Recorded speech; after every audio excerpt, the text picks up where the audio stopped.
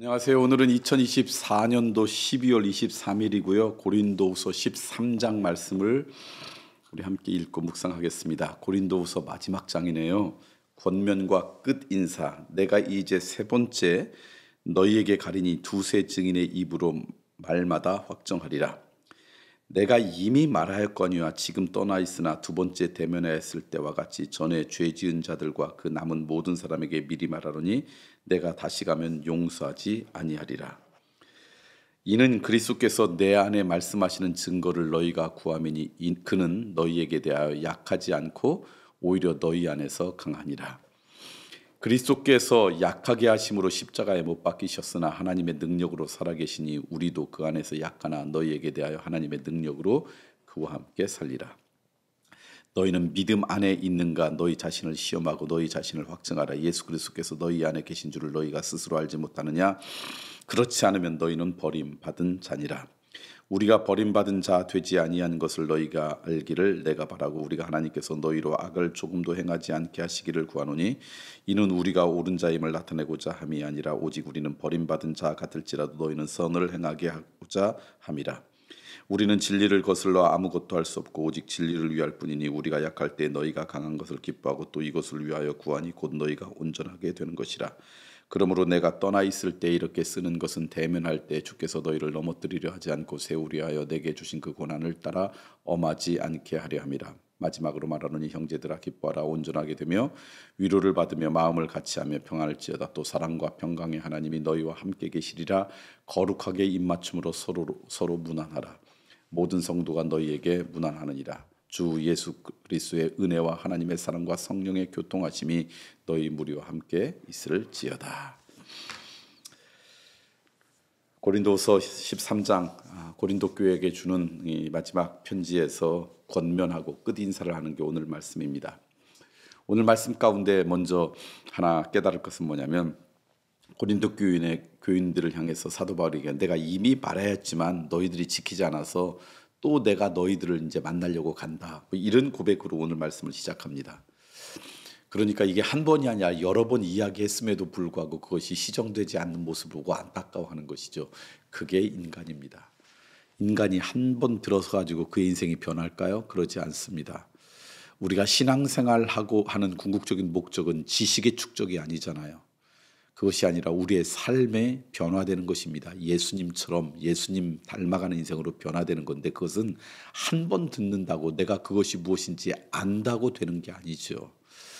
예를 들면 어떻게 하나님의 말씀을 묵상하는지 내가 안다고 그렇다고 해서 우리가 묵상하는 인생이 되는 게 아니잖아요. 그렇기 때문에 반복해서 사도 바울이 지금 이야기해요. 그 얘기는 무슨 얘기냐? 오늘 우리들도 한 번 들었다고 우리의 인생이 바뀌는 게 아닙니다. 아름답게 변화되는 게 아니에요. 그래서 늘 하나님의 말씀을 가까이 하고 반복적으로 묵상하고 그래서 그 말씀이 나와 함께 있는 순간만 우리가 조금씩 바뀌는 거죠. 착각하지 않고 살아갔으면 좋겠어요. 내가 그거 안다고 내가 그런 인생으로 사는 것처럼 하나님께서 우리에게 원하신 삶은 한두 번 들었다고 되는 게 아니죠. 오늘도 날마다 하나님의 말씀 묵상하고 시간을 떼서 하나님 앞에 기도해야 될 이유는 그런 것들이 모아져서 우리의 인생의 아름다움이 나타나는 것이기 때문에 그렇습니다.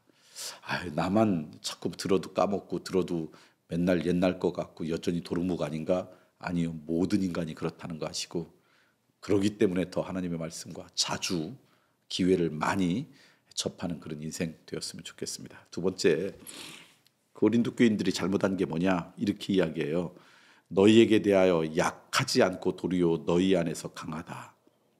그리스도께서 약하심으로 십자가에 못 박히셨으나 하나님의 능력으로 살아계시니 우리도 그 안에서 약하나 너희에게 대하여 하나님의 능력으로 그와 함께 살리라. 그들이 문제가 뭐냐면 약하지 않은 거예요. 약하지 않았다는 건 다른 게 아니라 자기들이 갖고 있는 이고죠. 자기가 갖고 있는 자존심, 자기가 갖고 있는 생각을 내려놓지 않은 거예요.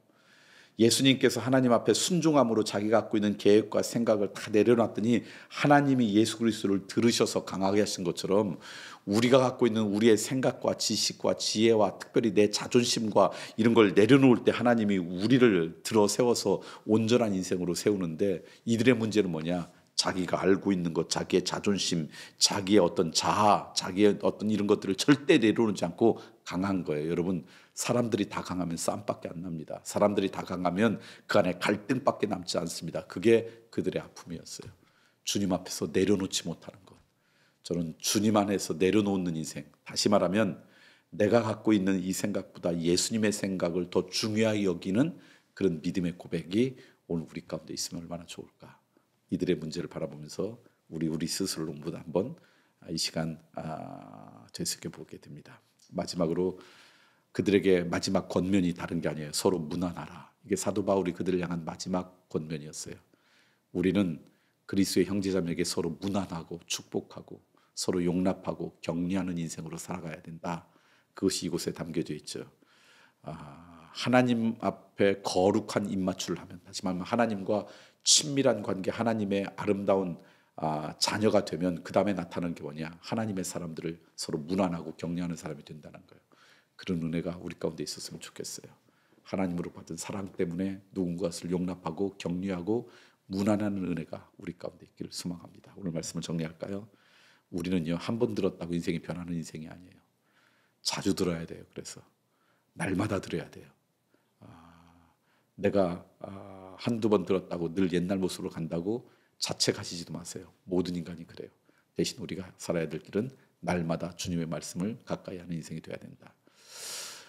그리스도 안에서 여전히 내 자존심, 내 생각, 내 이고를 자랑하면 갈등밖에 없어요. 그리스도 안에서 우리가 약해질 때 하나님이 우리 인생을 강하게 만들어요. 그 다음에 하나님과 거룩한 입맞춤을 하는 인생은 서로 무난한 인생으로 살아갑니다. 그런 은혜가 우리 모두 가운데 있길 소망합니다.